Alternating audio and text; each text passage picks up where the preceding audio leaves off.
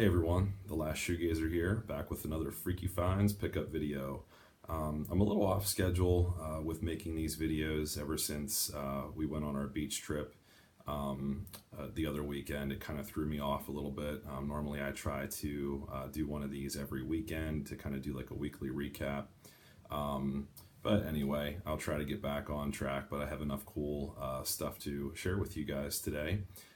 So let's kick things off with some books that I found this past week at Goodwill.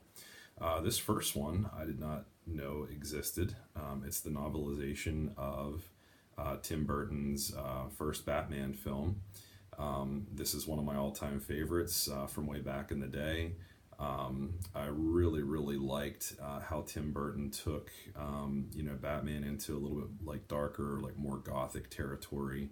I think Michael Keaton really set himself apart out of the world of comedy that he was kind of initially in, and just blew everyone out of the water. People had their doubts of a dude that was doing stand up and just kind of being related to comedy. But he knocked it out of the park, and I think he did wonders for the Batman character and the franchise, in my opinion. And Jack Nicholson, what a Joker, man! I think he was phenomenal in this. It just has such like a good like 80s, 90s vibe. Really enjoyed growing up on this, as well as the original Adam West TV series. Got into that at a pretty early age. Really enjoyed the movie version of that one, but I was really happy to find this in such good condition. I'm not a huge reader, but I do have a fairly good collection of horror books and movie books as well. So yeah, I was really happy to find the novelization of Batman. The next one is 3 Spine-Tingling Tales for Young Readers. This is number 3 of Fright Time. Thought of my buddy Joe, the horror man. I actually connected with him whenever I was still in the store at Goodwill and said, "Hey, do you have this?" And I was going to pick it up for him, but I figured he had it already. Yeah, I was really happy to get this. Kind of puts me in the mind of like Goosebumps, Fear Street. That kind of good stuff that we all kind of grew up on if you're, part of my generation or close to. Really good stuff. This features Terror Town, Medal of Horror, and Kid Willie's Ghost. And you can see the back there with the 3 different stories, but really good condition, along with Batman. This next one is one that I passed up a couple of weeks ago whenever one of my Dollar Generals, my closest one across town, they got like some really cool Halloween films in. This is one that I enjoyed when it came out. I don't think it sat as well with me as I wanted it to, but I kind of wanted to give it another try. This is Shudder, the unrated Blu-ray edition. So was happy to get that for like $4 and some odd change. So yeah, grabbed that, and then switching gears here a little bit, some Walmart pickups. This is one that's kind of been hard to come by, and I was really impressed that I saw it was stocked at my Walmart. They only had like 2 copies of it. This is the Steelbook of Christine. I was really happy to grab this. I think the color is just really sharp. Just kind of plain there on the spine. Little signature there. I wish there would have been something back here, but I think they kind of went with sort of like a retro minimalist kind of approach with this. Not sure if you can read that. I'll try to focus it in for you there. I'm not sure if it will or not, but anyway, that is the Steelbook of Christine from Stephen King. So it says, if you are looking for a standard vehicle, then Christine isn't for you.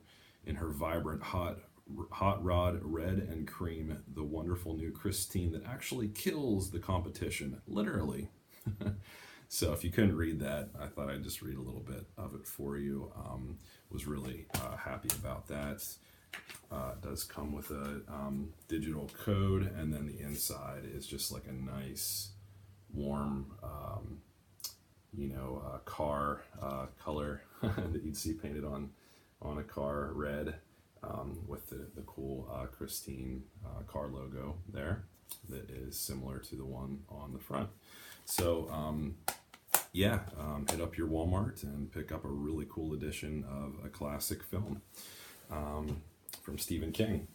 The other week I got, a number of weeks ago now, the retro like VHS art edition of Halloween: The Curse of Michael Myers, the producer's cut.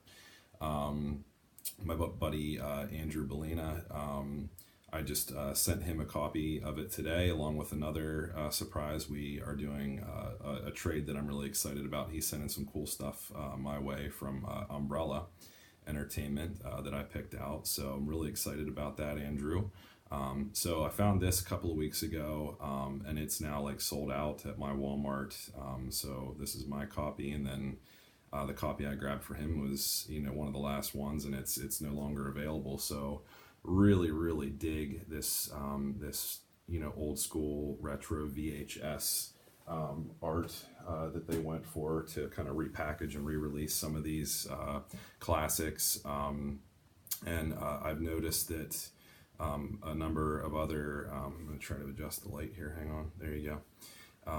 A number of other YouTubers are trying to find some of these, but like their Walmarts aren't like stocking them for some reason, and then like they've been going from like location to location, they're not finding them. So I don't know what's up with that, but so aside from the Halloween, the producer's cut, I just grabbed the other day The Crow in the same cool like matte finish, with the fake tape coming out there that actually says the Crow and return or rental only. I guess you read The Crow like that, but you can kind of see the glossy running right up to the nice matte, and then the cool spine there. I mean, it's just made to look like a videotape coming out of a VHS sleeve.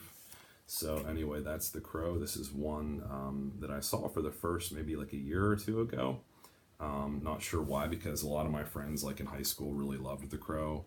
And I just kind of put it off, and I have no idea why, because I really enjoyed it. So really happy to have this be my first edition of The Crow with Brandon Lee.